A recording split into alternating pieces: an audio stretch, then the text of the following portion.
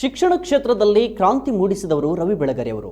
ಬೆಂಗಳೂರಿನಲ್ಲಿ ಇವರು ಸ್ಥಾಪಿಸಿದ ಶಿಕ್ಷಣ ಸಂಸ್ಥೆಯಲ್ಲಿ ನೋ ಕಾಸ್ಟ್ ನೋ ಡೊನೇಷನ್ ಎಂಬ ಧ್ಯೇಯವನ್ನು ಇಟ್ಟುಕೊಂಡು ವಿದ್ಯಾರ್ಥಿಗಳಿಗೆ ಶಿಕ್ಷಣ ನೀಡುತ್ತಾ ಇದ್ರು. ಇವರ ಆತ್ಮಕ್ಕೆ ಶಾಂತಿ ಸಿಗಲಿ ಎಂದು ಪುತ್ತೂರಿನ ಪ್ರಗತಿ ಎಜುಕೇಷನಲ್ ಸಂಸ್ಥೆಯ ಸ್ಥಾಪಕ ಗೋಕುಲ್ನಾಥ್ ಅವರು ರವಿ ಬೆಳಗೆರೆ ಅವರ ನಿಧನಕ್ಕೆ ಸಂತಾಪ ಸೂಚಿಸಿದ್ದಾರೆ. ಈ ಹಿಂದೆ ನಾವು ಭೇಟಿಯಾದಾಗ ರವಿ ಬೆಳಗೆರೆ ಅವರು ಪ್ರಗತಿ ಶಿಕ್ಷಣ ಸಂಸ್ಥೆಯ ಬಗ್ಗೆ ಮೆಚ್ಚುಗೆಯ ಮಾತನಾಡಿ, ಮುಂದೆ ದೇಶದಲ್ಲಿಯೇ ನಿಮ್ಮ ಸಂಸ್ಥೆ ಪ್ರಥಮ ಅನ್ನೋ ಹೆಗ್ಗಳಿಕೆಗೆ ಪಾತ್ರವಾಗುತ್ತೆ ಎಂದು ಹೇಳಿದರು. ಆದರೆ ಇಂದು ನಮ್ಮೆಲ್ಲರನ್ನ ಅಗಲಿದ್ದಾರೆ ಎನ್ನುವ ಮೂಲಕ ಅವರೊಂದಿಗಿನ ಒಡನಾಟವನ್ನು ನೆನಪಿಸಿಕೊಂಡಿದ್ದಾರೆ. ಬಹಳ ಅತ್ಯಂತ ಖೇದಕರವಾದ ಒಂದು ವಾರ್ತೆಯನ್ನು ಅವರು ಬೆಳಿಗ್ಗೆ ಕೊಡ್ತಾರೆ.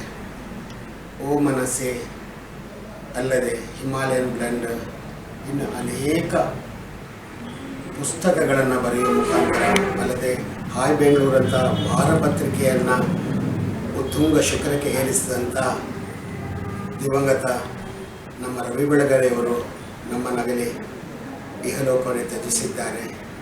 ಅವರ ಆತ್ಮಕ್ಕೆ ಈ ಸಂದರ್ಭದಲ್ಲಿ ಆ ಭಗವಂತನು ಚಿರಶಾಂತಿಯನ್ನು ಕೊಡಲಿ ಅಂತ ಈ ಸಂದರ್ಭದಲ್ಲಿ ನಾನು ಹೇಳಲಿಕ್ಕೆ ಇಷ್ಟಪಡ್ತಾ ಇದ್ದೇನೆ. ಅಲ್ಲದೆ ಒಂದು ಮಾತು ಈ ಸಂದರ್ಭದಲ್ಲಿ ಹೇಳಲೇಬೇಕು. ಏನಂದರೆ, ಶಿಕ್ಷಣದಲ್ಲಿ ಕ್ರಾಂತಿಯನ್ನು ಅವರು ಮೂಡಿಸಿದರು. ಪ್ರಾರ್ಥನಾ ಎಂಬುವ ಒಂದು ಶಿಕ್ಷಣ ಸಂಸ್ಥೆಯನ್ನು ಬೆಂಗಳೂರಲ್ಲಿ ಸ್ಥಾಪನೆ ಮಾಡಿ ಆ ಶಿಕ್ಷಣ ಸಂಸ್ಥೆಯಲ್ಲಿ ಒಂದು ಧ್ಯೇಯವನ್ನು ಇಟ್ಟುಕೊಂಡಿದ್ದರು. ನೋ ಕಾಸ್ಟ್ ನೋ ಡೊನೇಷನ್ ಅನ್ನುವ ಒಂದು ಪದ್ಧತಿಯಲ್ಲಿ ಅವರು ನಡೆಸ್ತಾ ಇದ್ದರು.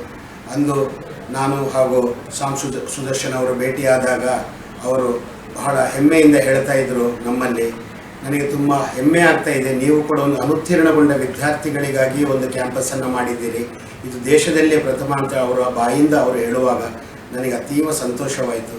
ಸೊ ಈ ಸಂದರ್ಭದಲ್ಲಿ ಆ ಭಗವಂತ ಅವರ ಆತ್ಮಕ್ಕೆ ಚಿರಶಾಂತಿಯನ್ನು ನೀಡಲಿ ಅಂತ ಹೇಳಿ